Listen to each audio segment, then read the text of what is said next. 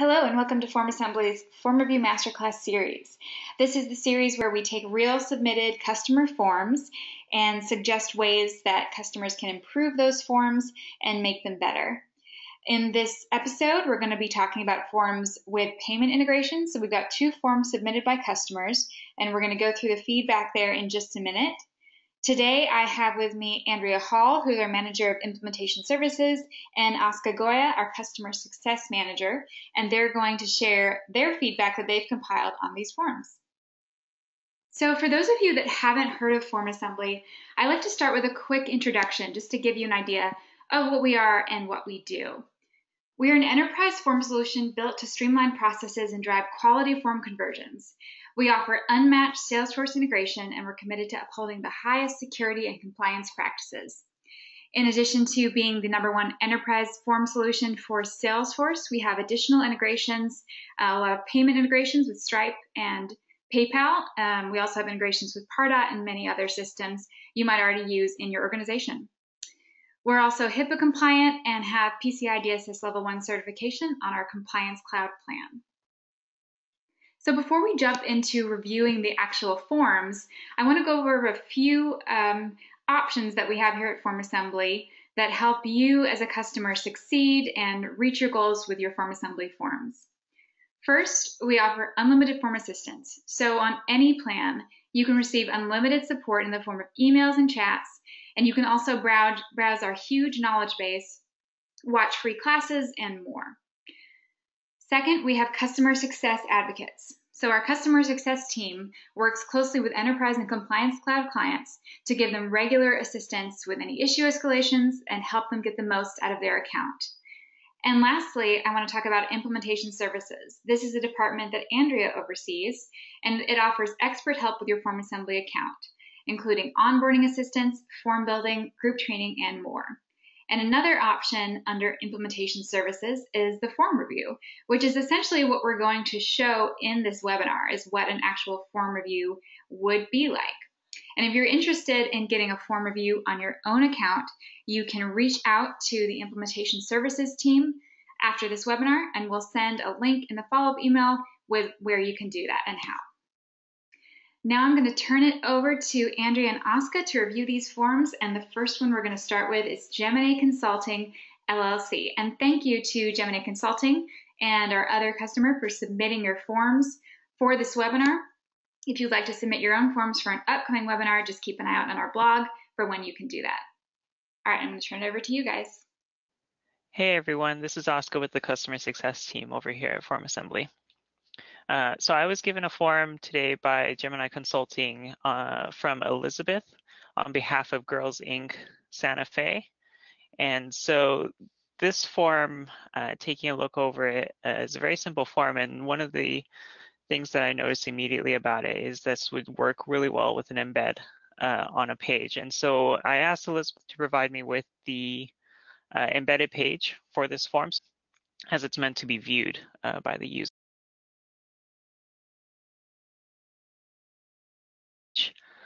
This form sits towards the bottom of the page.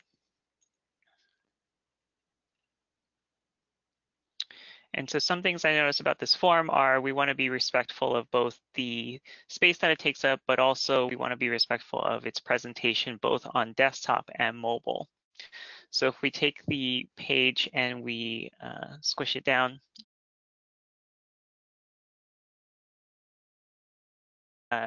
does fit pretty well for a mobile view. As we scroll down, we'll see some of the fields do extend beyond the width of the viewport here. And some of this might be related to either the embed method on the page that it's on, or in particular to how we size the fields in the form builder. And I can show a little bit about how we can appropriately size fields to be mobile responsive in our form builder.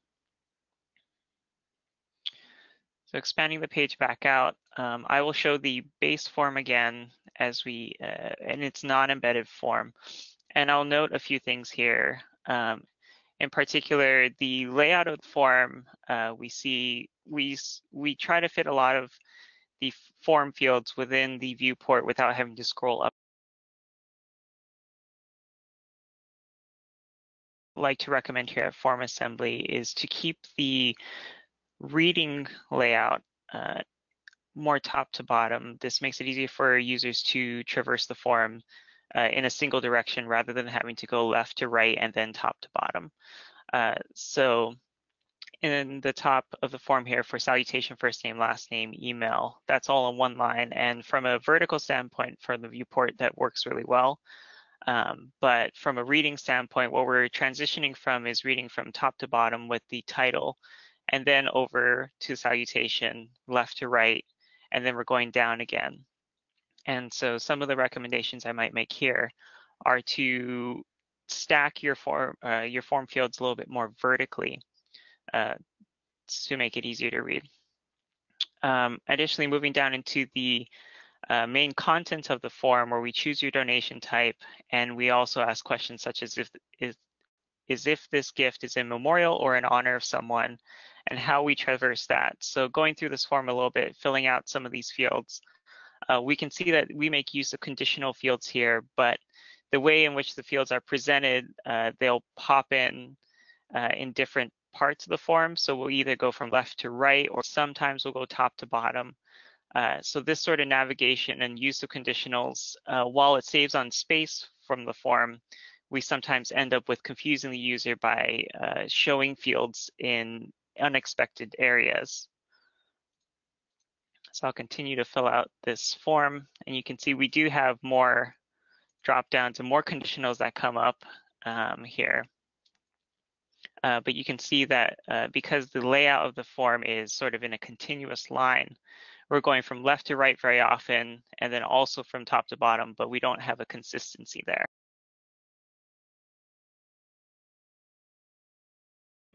With some of the feedback changes that I had from the original form, one thing you'll notice is that I've added a middle name or initial field. This can be useful for some users who do have, say, a preferred name or a nickname, or do put significance into their middle name. So we're adding that there for convenience. It's not a required field, but some contacts will use that. What we've done is we've used conditionals in a different way in order to more guide the user through the process of filling out this form. So right away, we've narrowed down their next option after filling in their initial information to choosing their donation type. So for a one-time donation, once you select that, we'll show a few more fields that are relevant, such as the donation amount. And we've also added some help text there, such as the $sign, and then also a placeholder text to help guide the user to correctly input the format that you expect. And then for recurring donation types, we do change that. We do use the dropdown still. But again, we're making use of those conditionals to guide the user further through the form as they need to. So as we continue through this, we'll ask more leading questions, and we'll only reveal fields that are relevant when they need to be relevant. So in this case, when we say how we want to notify a recipient, we will choose email or mail or do not notify. We're giving them an opt-out option here. But as we ask whatever their preference is, we'll be sure to only show the relevant fields there. So one of the specific concerns that Elizabeth had for this form was the use of the name field in both the Stripe connector and the Salesforce connectors. In particular, what she highlighted was that the Stripe connector uses a full name or the name on the card, and then Salesforce by default will split up the first and last names into separate fields for contacts and opportunities. So my answer to that would be it's perfectly fine to ask for both a first name and a last name separately at the beginning of the form here, and to ask for the full name or specifically the name on card for your credit card information. And the reason being is that someone's first name and last name may be different than what is listed on their card. So this is a difference between a preferred name and, say, a legal name. So it's perfectly fine to have those fields separated, especially when they come at the top of the form and at the very end of the form. That's a delineation enough to collect both. Awesome. Thanks, Oscar. That was great feedback, and I hope that was helpful for you guys in your forms. We're going to move on to the second form that Andrea is going to take and show some feedback. And that form came to us from Princeton AlumniCorps. Our implementation team here at FormAssembly, and like she said, I am reviewing the Princeton AlumniCorps form that was sent over to us. So this is their form that I have pulled up here. It's got some pretty standard fields for a donation form. They're collecting name, the amount of the donation here, billing address, and then payment information. One of the requests for this was to put in a review type section. So we're going to take a look at that in just a second. But they wanted to be able to show the donor how much they were donating that day, how much they were donating over the course of a year if they choose a recurring donation, and just be able to okay all of that before they hit submit. So just a little bit more feedback here about this. There are a lot of fields on here that are not set to required, but they are required to actually process through our payment connector. So you want to make sure that the single and recurring is required, the amount is required, how often they are donating, your email up here. The state field wasn't required, and then all this payment information. That's all needed for the connector, so you want to make sure that your respondent is actually filling it out. One more small thing that we noticed was kind of just the flow of the form. So making sure that some of these fields are better aligned throughout the whole form. Condensing this a little bit, we can bring these fields up. It's a little confusing when you hit recurring and then it asks you how often you want to donate down here instead of having that just right as your next question. And then when you click other here, it pops up in between the two. So just kind of condensing those, making them flow a little bit better together. So if we hop over into our form builder, I've already made all the changes here, but I'll walk through them. So I evened out these fields a bit, so when you scroll down through the form, you can see most of the lines are ending at the same place at this point. I did change this gift information section a little bit, so now if you take a look over here in our outline section, you can see there's two groups. So the gift frequency and how often do you want to donate are now going to appear right next to each other, and the amount and other amount will appear right next to each other as well. Everything is marked as required that needs to be required, which I believe on this form is all of the fields. And then if we come down here, this is the section that is reviewing their donation. So we're going to see how much they owe today, how much will be, or sorry, how often that will be debited from your bank account if you choose recurring, and then how much will be donated throughout the course of 1 year. So to do that, amount due today, we come back up here. This amount field, we made a variable called amount, and we just dropped in the amounts that they're donating, and then other for that other amount, and then this actual other amount field, we did the same thing, made that a variable here. And if we come down here to the field, we have an if statement in here. I'll blow that up for you guys a little more. So this is just a basic if statement, and what it's doing is figuring out which field to pull the amount from. So if the actual amount field, if they selected other, then we're going to pull the amount that they put in the other amount field. Otherwise, we're just going to pull it from that amount.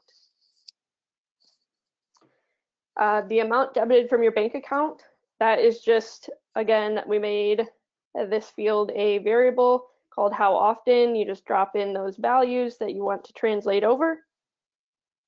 And down here, we just drop in the variable name, and that will pull that in. And then how much they're donating through 1 year was a little trickier, so I'll pull that up for you guys to take a look at. So we had to do a little bit of a nested if statement here. If they choose weekly, we're going to take their donation times 52. If they chose monthly, we'll take it times 12, and otherwise we'll just drop in that donation amount. We didn't have to put in here if they chose annually, drop in donation, because once you go weekly, monthly, the only thing left is annually.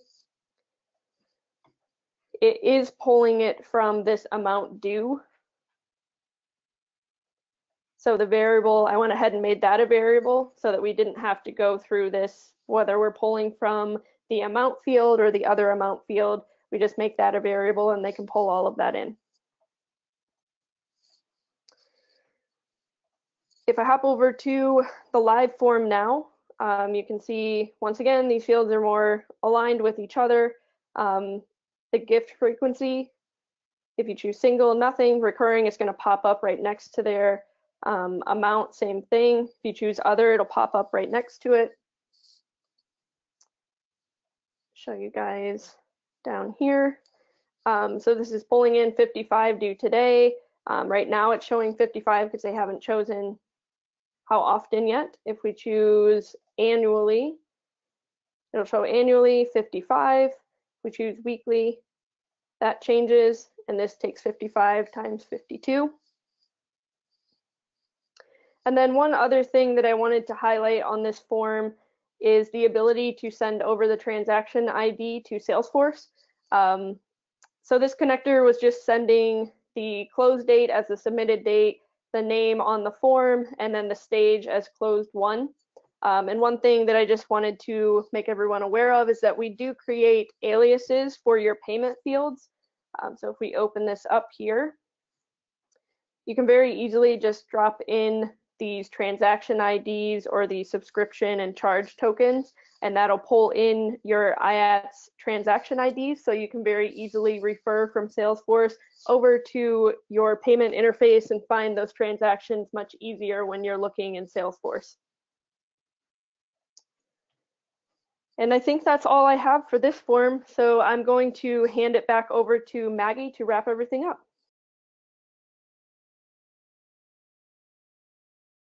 To the end of the form review portion of this webinar. Again, if you are interested in getting a form review for your own organization or learning any more about our other implementation services, you can reach out on our website, formassembly.com/implementation-services, and we'll also follow up with a link to that page in the recap email for this webinar. Now we're going to move over to the question and answer portion of the webinar. If you have any questions that you haven't thrown into the question box, go ahead and do that now, and we'll start answering those.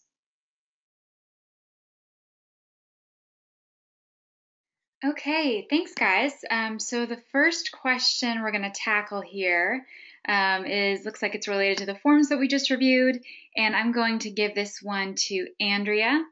And the question is, can you have a gift that is split amongst a set number of payments over time? And the example is, I want to make a $100 gift and make 10 payments of $10 per month for 10 months. And I can set the day of the month I want my credit card to be charged. Note, this is not the same thing as a recurring gift that does not have an end date. Andrea, do you want to take that one? Yeah, sure. Thanks, Maggie. You can do this in some of our payment connectors. Authorize.net is one of them. What you would have to do is set the amount that you want each charge for. So you'd have to say $10, and then you can put that you want it to charge 10 different times. It's a bit complicated to explain over a webinar, so we'll go ahead and reach out with some more information afterwards to show you how to set that up. But it is possible with some of our payment connectors. Awesome. Thanks for tackling that, Andrea. The next question here is, do you have any documentation on if statements with some examples? Aska, do you want to provide some information there?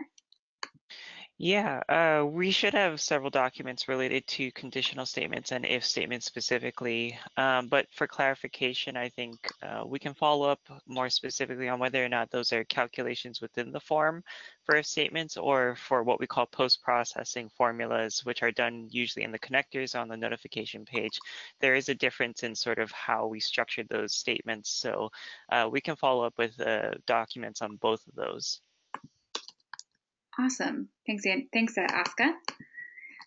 Moving on, and I see you guys have a bunch of questions today, and we are going to do our best to tackle as many as possible in this webinar. But also, just so you know, we'll be sending a follow-up with the recording in case you'd like to do that again or view that again. And you can always reach out to our support team or implementation services team for more information on these topics. The next question for the alumni form, and that's the second example that Andrea tackled. So Andrea, I think I'm going to throw this one to you. When would naming groups be a good idea? I noticed most of the groups were untitled. Also, would it be better to add the calculated total as they are setting up the payment information? So that's two questions there. Feel free to tackle one at a time there.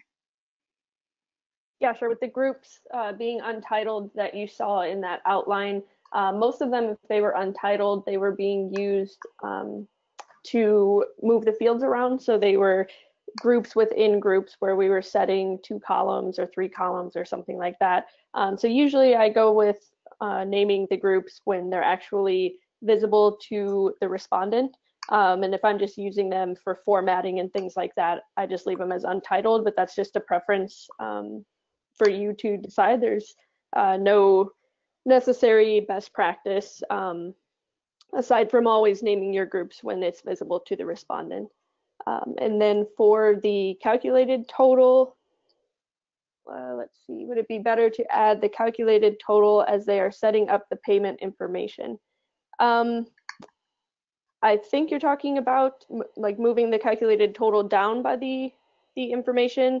And yeah, that's probably a good idea, moving it down there so that they can see it as they're actually adding that payment information as a reminder of how much they are actually being charged. Awesome, thanks, Andrea. And the next question, looks like we have a few similar questions about whether we have plans to build out additional connectors with TouchNet, and then also, do you see a point that you will work with the CashNet system as a payment connector?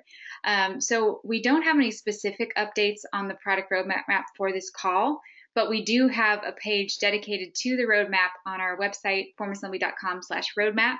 We try to update that with any planned upcoming improvements. So that's the best place to take a look and see what's on our roadmap. So hopefully that gives a little bit of an answer there. Apologies for not being able to give a set date. Moving on to our next question, is it okay to create opportunities through the IATS connector now?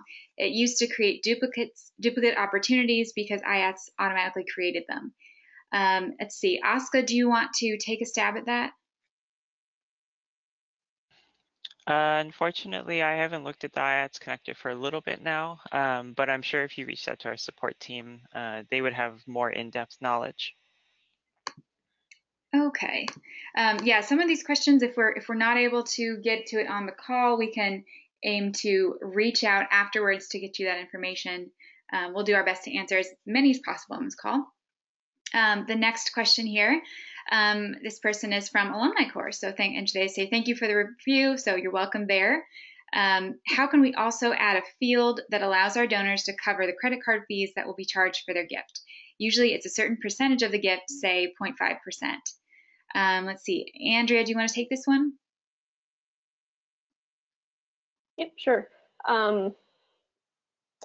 Again, this is a little bit complicated, but we can reach out with some more information. But essentially, you can add a little checkbox to say, for them to say, yes, I want to cover the credit card fees. And when they check that box, then you would have a calculation behind the scenes that would be taking the total and timesing it to add the 0.5%, or sometimes it's a 2% charge, whatever you might want to charge them.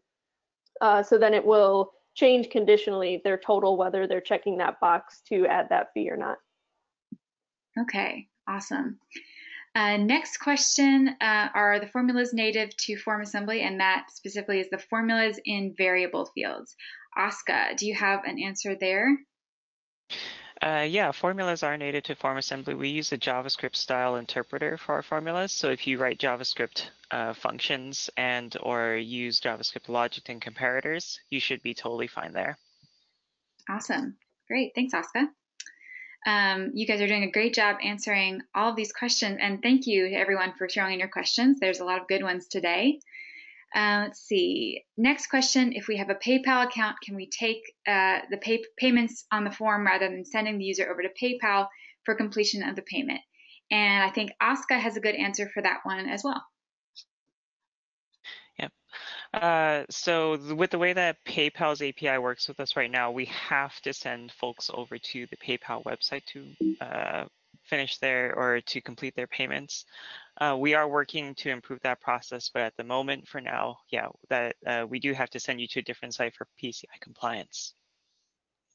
Okay, thanks, Oscar, for clearing that up.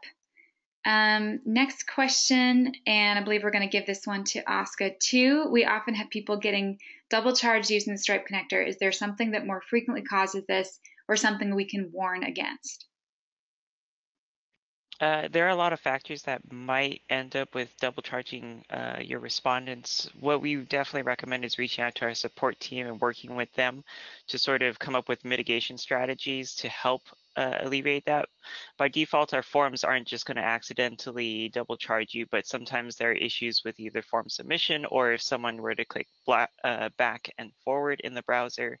It could end up doing that, but we try to mitigate that as much as we can, but we can't always account for all the possible user actions that could cause this. So definitely reach out to our support team. Okay, great. Thanks, Oscar. You're really on a roll with all these questions. Next one, let's see. Does it matter which payment connector you use, Stripe or PayPal? Will the payment aliases be the same? And I'm going to give this one to Andrea to give Oscar a break here. Yep, sure thing. There are aliases, there should be aliases for all of the connectors, but they do differ a little bit based on which one you're using. So like the Stripe aliases will say Stripe payment ID, whereas the PayPal ones will say PayPal payment ID, authorized.net will use authorize, or it might just be auth payment ID. All of that's in our documentation. I believe it's on the actual page for that specific connector. And usually it's towards the bottom there. But if you have any questions, feel free to write into our support team and they can get you that exact article that you need to be looking at to get those aliases. Thanks, Andrea.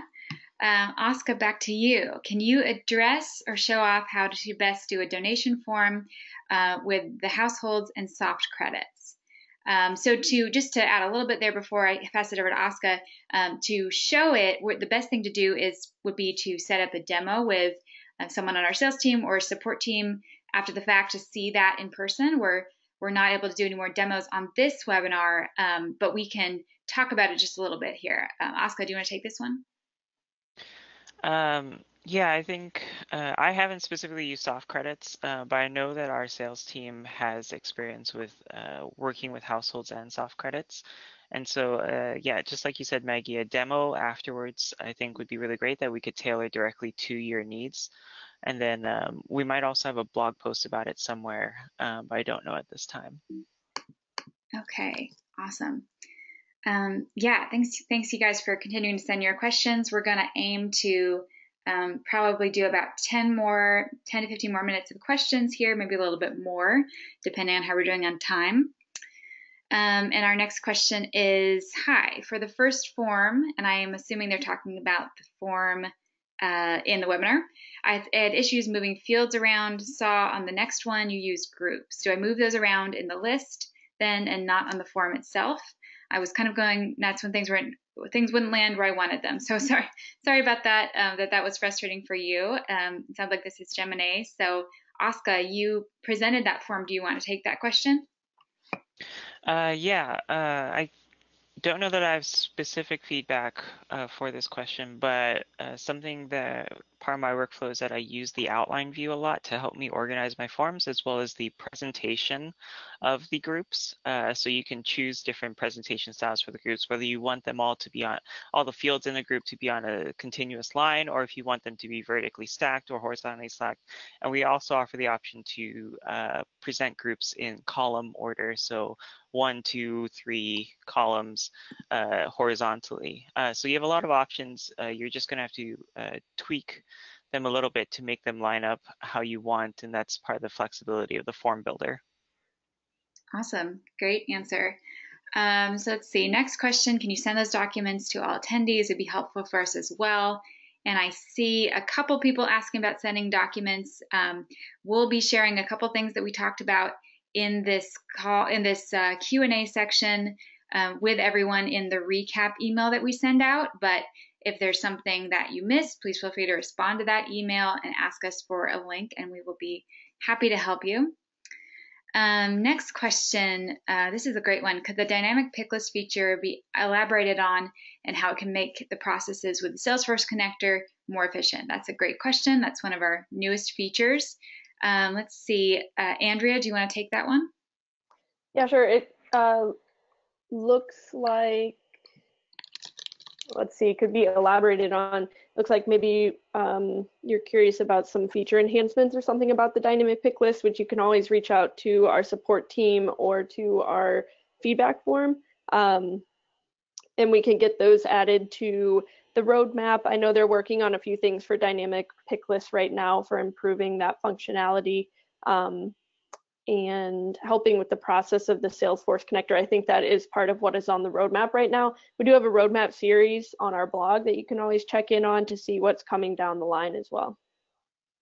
Yeah, and just to tag on to that, if you wanted to see dynamic pick lists in action, we have another webinar that we did last month, mid-May, and it included a live demo of the dynamic pick lists feature. And that was with Mariano and Ashley from our sales and marketing teams, respectively. So that recap is on our blog. If you just go to the blog and then you search for the webinars, you should find that recap, and there's a video as well. Let's see, moving on to the next question. Do you have template questions for setting up direct debit mandates in FormAssembly? We use Go Cardless for our direct debits, and I'm aware that you have no integration with Go Cardless currently. Let's see, Oscar, this may be one we need to follow up with, but do you want to take just a stab at this? Yeah, I think we need to follow up. I'm not familiar with setting up direct debit mandates, but I think that's something that we should definitely add to our documentation if we can. So yeah, we'll follow up afterwards via email. Yeah, thanks for that question. Next one, can you pre-populate a form with a link, for example, a link in an email that pre-designates a designation to give it to? Oscar, you want to take that one? Yeah, pre-filling our forms with data is something we do very often. It's a very common use case for our customers, and it's so we have multiple ways of doing that. One is directly through the URL where you can designate parameters in the URL to fill directly to form fields. And then we also have a Salesforce pre-fill connector for our Premier and Up plans, which allows you to pre-populate data pulled directly from Salesforce. So we have really powerful options there, and they're really fantastic. So we can follow up with our documentation after this. Okay, great. All right, next question. This is a best practices question. These are great. Do you have any advice or best practices for testing payment forms? We use connectors for authorize.net and Salesforce. Andrea, do you want to tackle this one? Yeah, sure. All of our payment connectors do have some form of a testing method. Usually it's similar to like a Salesforce sandbox, but the setting differs a little bit for each payment connector. It's either going to be that you put it in test mode on the FormAssembly side in the actual connector, or you're actually sending it to a test sandbox or whatever it might be on the actual payment side. So I think there are references on how to test each connector in each connector's documentation. So again, we'll send that out and make sure that documentation for all the payment connectors is available for everyone that attended the webinar. All right, awesome. Next one looks like this is similar to one we've had in the past. If I want to send a user who has pledged previously a pre-filled web form with values already pre-populated in the fields. Oscar, do you want to answer that one? Yeah, this is also something we see occasionally, and it comes in handy when you use a sort of a customer CRM in addition to your FormAssembly instance. So if you're using Salesforce in addition to your donation forms, it's really easy to track that user data. And what you can do is you can then use that Salesforce pre-fill connector like we talked about to pre-populate information back into the donation field. And then you can submit that. And you can also do updates on your Salesforce records too, using the Salesforce connector afterwards. So yeah, this is a very common use case that we see. And then you can reach out to our team, our support team, or implementation services if you'd like more help with setting that sort of use case up. Yeah, and just to add on to that as well, we have a lot of information on the marketing side about our Salesforce integration, and we have an entire ebook that goes into a similar use case for Stay in Touch. It's essentially a replacement for the now retired Salesforce Stay in Touch request feature, and so you can find that ebook on our website as well. Next question, where can I find more information about your various payment connectors? I'm particularly interested in TouchNet. And I can take this one. We mentioned that TouchNet, we don't have any information about the timeline for that, but you can check out our roadmap page for any product updates on that side. But as far as our existing payment connectors, we have a lot of information on our help docs. That's help.formassembly.com.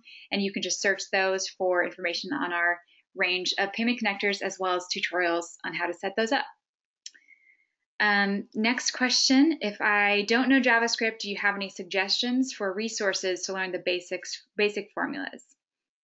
Let's see, that's a great question, and I can take that one as well. That would also be something you can learn more about in our documentation. We do provide some tips and advice on using the JavaScript style calculations in our forms. Next one, let's see, and I believe this is clarifying on a previous question about IATs and opportunities. In the past, I was told by IATs not to create an opportunity through the Salesforce FormAssembly connector because when IATs had processed the transaction, it would write the details back to Salesforce directly, including creating the opportunity with Brickwork. Things may have changed in the year since I last had these forms, but it would be useful to know. Andrea, do you have any information there? I'm thinking maybe this is something we would need to follow up on, but if you have anything you want to share now. Yeah, it may have had something to do about the order that the connectors were firing off in, or the settings in the Salesforce connector that was working with the IATS connector on your form. I do think that you can still have a Salesforce and an IATS connector together and be updating the opportunity in that Salesforce connector.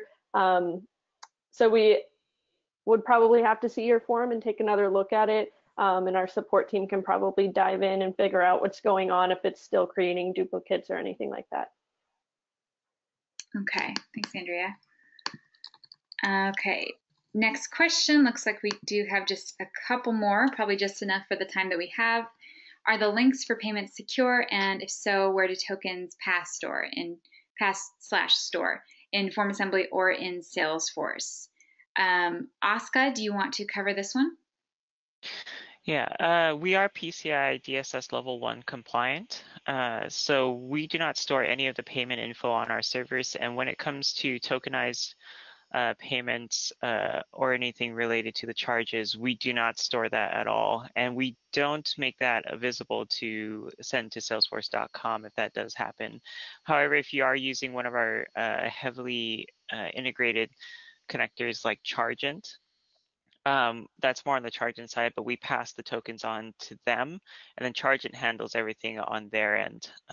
So yeah. Awesome. All right, next question. I use Stripe and Salesforce. A Stripe transaction number is available for a one-time gift, but not for a recurring gift. Is there any way to get the transaction number to come through on a recurring gift? Andrea, I think that would be a good one for you. Yeah, sure. We do have an alias for the subscription ID. So you can send that through over to Salesforce. If you're looking for a specific transaction ID, I'm not positive exactly how that would work with the subscriptions in Stripe. I would have to take a deeper look at it. So again, we can follow up with some more information and take a look at your specific form afterwards. All right.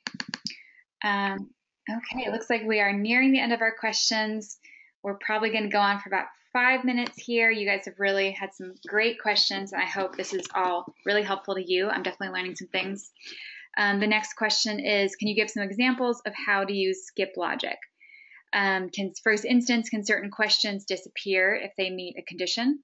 Also, can we have one question where the survey respondent checks off a variety of values in a multiple choice, and then have the next question show only those checked items so that the respondent can then select the one that is most important? Let's see, Oska, do you want to take a stab at that? Yeah, so to answer your first question about the skip logic, we call those conditional questions in our documentation, so you can search for that. And yes, we can definitely have fields disappear or be removed from view based on certain questions. We use just the not operator there, so it's kind of a backwards where we normally show the field if a question is selected, but we can also hide them as well. And then to answer your second question about the multiple choice values and being able to sort of narrow down on that, we have a feature called menu dependencies, which allows us to narrow down dependent multiple choice menus based on previous choices. And so you can link those together to really narrow down choices. Yeah, documentation would be the best place, but I think we have a video too which explains that as well. Awesome, great answer. Andrea, I'm going to give this one to you. Does FormAssembly allow for a text field when a user types in something, it suggests a list of possible things that they may be trying to fill? Yeah, absolutely. We have a feature called auto suggest.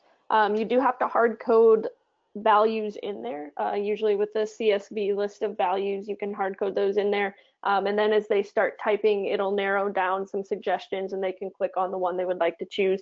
And then also we have that Salesforce dynamic pick list. Again, if your values are in Salesforce and you're wanting to pre-fill them on for folks to choose one of those, that's another one where they can start typing, it'll narrow it down, and then they just click on it to actually select what they're trying to choose. Awesome. Yeah, two great features there. All right, looks like this is our last question, the last question for the webinar. And this is a really interesting use case.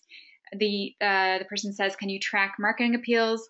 Can you pass a code in a link to the form, say from an email link that can integrate back to Salesforce if the form is completed, so as to track conversions on sales appeals? For example, the code would link to a Salesforce opportunity. That's really interesting. Aska, do you want to answer that one? Yeah, I agree. This is a great use case. And something that you can do is you can pass, say, a Salesforce ID via the URL, and we can pre-fill, say, a hidden field on the form.